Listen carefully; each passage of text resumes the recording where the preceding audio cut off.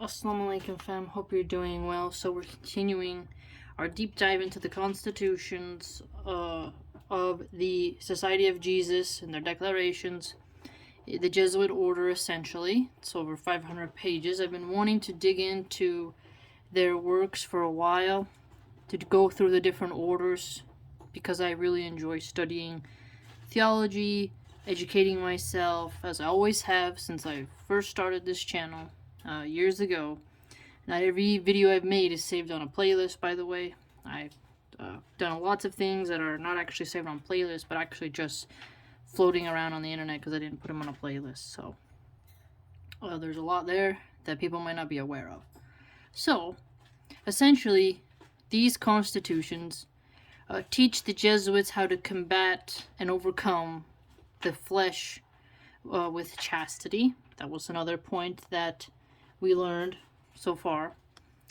And that the lust of the eyes with poverty will be overcome if they adhere to what Father Ignatius has written down. Others also contributed to the formation of it, but Father Ignatius is a very important figure in the Jesuit order. And that the pride of life will be worn down with obedience, so it really starts to show that these constitutions play a huge role in the dogma and the disciplining of members of the order, and that you are to imitate the purity of the angels as much as possible. That was another thing that I learned from the opening foreword written by Ignatius.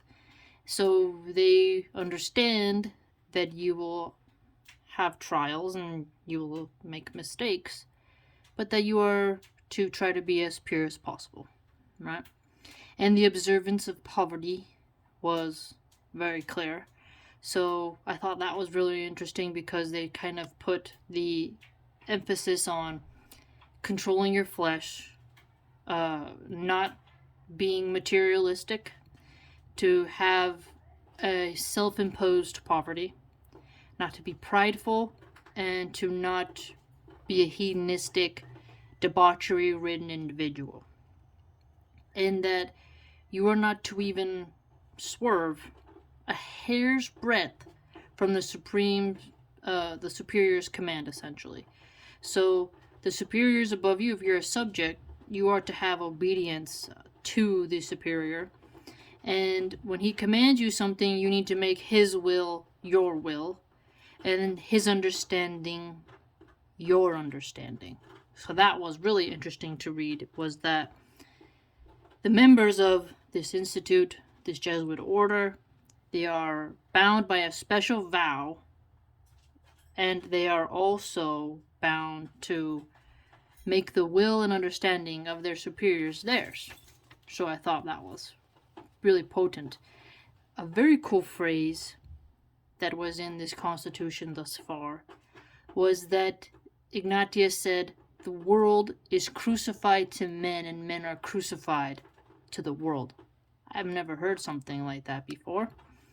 And it really takes the crucifixion element into a new route that I had not heard nor expected. And I still wonder, what does that exactly mean when you think of how someone is crucified, nailed to a cross, hung there. You have to endure till you finally die, right? And you are hung on a cross as people walk by and as guards make sure you are not taken down. And you'll only be taken down from that cross when you fully expire and God has allowed you to be released from your flesh. So that is something very potent that, really you can dig into. And further, what it said was that the constitutions crucify you to the world and you to each other, but it didn't exactly get into like how the world is crucified to you. I was like, that is interesting. So it really went both ways. Crucified to men, the world crucified to men. Though it's almost like he's contending, what does he mean by the world? That is something maybe they'll get into later. The material world the illusions in it, how humans are supposed to be these tenders of reality. They're supposed to, who knows, like the managers of it, right? I wonder. Or could it be that, humans putting pressure on the world, pollution, tearing down the forest, building nonsense buildings that, really get in the way. Like, let's say, for example, a high tower building with lots of glass, birds crash into it. When it breaks down, it causes rust, pollution, a bunch of debris. It's not really the same as, like, building from sustainable products, right? So you wonder about it, These cities are very disgusting, usually. Human feces, corruption, crime. It's almost like the jungles are more pure than the disgusting cities like New York, San Francisco, where just like all human vice is produced and amplified and endorsed. So it's like you get this sense of like the world has a sense of pain as in having humans on it in terms of the bad humans. Not the good ones who go about trying to make sure, there's not a garbage patch in the ocean, but those who decide that pollution isn't an issue and that, how do you put it? I don't really know. And we wonder about that. It's a deep one, for sure. Further, there was another point of the members being dead to themselves to live to justice. That one was trippy. Dead to yourself to live to justice.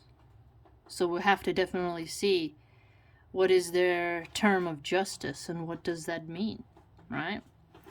And that they should press forward with great strides with the armor of justice. So 2 times, essentially, you get the term justice in there, that the Jesuit order striving for justice, and that they should have this sense of armor. So you definitely see the pressuring point. It's not... This is the society of Jesus, and, to press forward is to endure. Strides means with energy. So you don't see the hippy-dippy liberal element coming out here.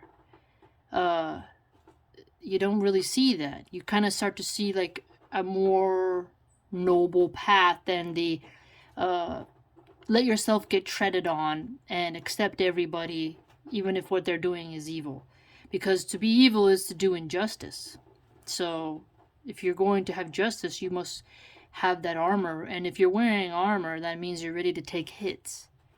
And that you are going to have some type of protection, right? There's a lot of symbology there with saying, metaphors, allegories, and such that can be extracted from saying you're wearing the armor of justice. And that you need to press forward and become a sort of dead to yourself entity for the preservation and spreading of justice. I thought that was pretty cool. And that they call themselves brothers in the Lord. So when they speak to each other, they say brothers in the Lord. And essentially, Ignatius said that the members are to vie with one another in learning the constitutions and pondering over them and keeping them.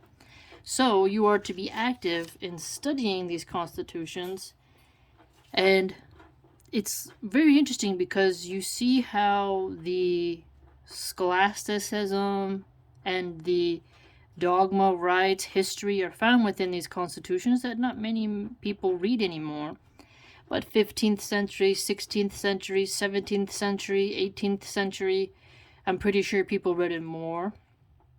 There's a lot of Jesuits still in the world, but they're not as open. But when people speak of the Jesuits, as I've heard their name mentioned a lot, I got more and more curious because people kept mentioning as it's the end of the world, and then I wonder, have these people even read anything of the Jesuits? So I need to fact check them and see if what they're saying is absolute nonsense. And also, me, I love studying everything, and I love gaining knowledge, and this is very interesting to learn about. So hope you learned something, and have a good day.